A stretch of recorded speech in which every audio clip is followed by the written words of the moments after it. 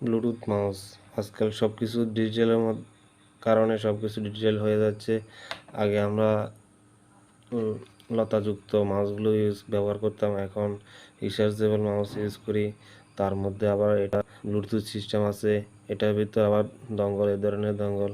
এটা খুলে আপনি এখান থেকে খুলে আপনি ল্যাপটপে লাগাতে পারবেন। আবার এখানে এই সুইচটি এদিকে নিয়ে দিলে এটি ব্লুটুথে কাজ করবে। এদিকে নিয়ে দিলে 2.4 GHz এই ডঙ্গলটি দিয়ে কাজ করবে। তো এটি আপনি মোবাইলে কম্পিউটারে কানেক্ট করতে পারবেন খুব সহজে দুইভাবে। এই মাউসটি দুইভাবে কানেক্ট করা যায়, একটা হচ্ছে ব্লুটুথ দিয়ে, একটা হচ্ছে এই দঙ্গলটি দিয়ে। ব্লুটুথ দিয়ে কানেক্ট করতে হলে সাধারণত আমাদেরকে ব্লুটুথ অপশানে যেতে হবে।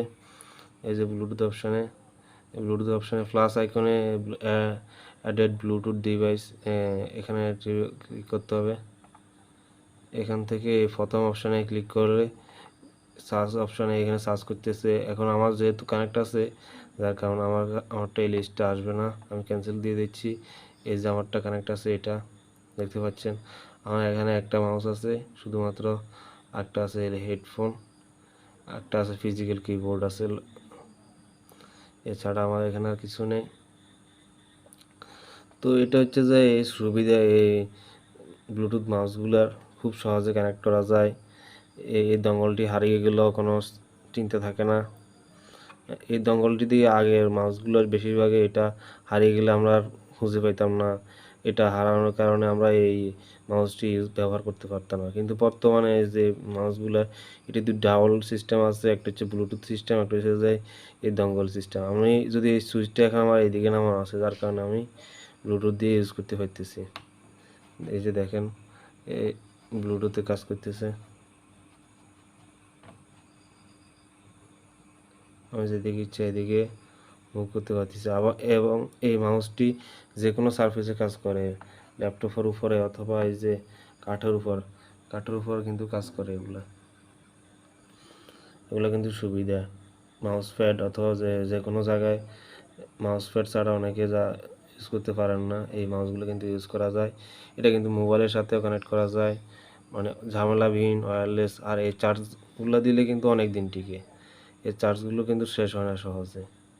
হ্যাঁ, খুবই একটি ইফেক্টিভ একটা মাউস, বর্তমানে অনেক বিক্রিত। সবাই বেশিরভাগ যারা টুকটাক কাজ করে তারা এই ধরনের মাউস কিনতেছে এখন। আগে যে লতাযুক্ত মাউসগুলো আসলে ওগুলো একটু ঝামেলা, তারপরে যায় একটি ইউজি পোর্ট দখল করে রাখে। যেমন আগে এই দঙ্গলটি দিয়ে কানেক্ট করলে কিন্তু একটি ইউজি পোর্ট দখল করে রাখতেছে আমার কম্পিউটারে, কিন্তু এখনকারগুলোতে এই সমস্যাটা নাই।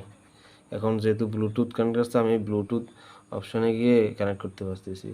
আবার যাদের দঙ্গল সিস্টেম আছে, ব্লুটুথ সিস্টেম নয়, তারা শুধু দঙ্গল দিয়ে কানেক্ট করতে পারবেন, কারণ ব্লুটুথ আপনার মাউসে সাপোর্ট করবে না। এখন আপনার মাউসে সাপোর্ট করবে কি না এটা আপনি দেখে নেবেন এখান থেকে।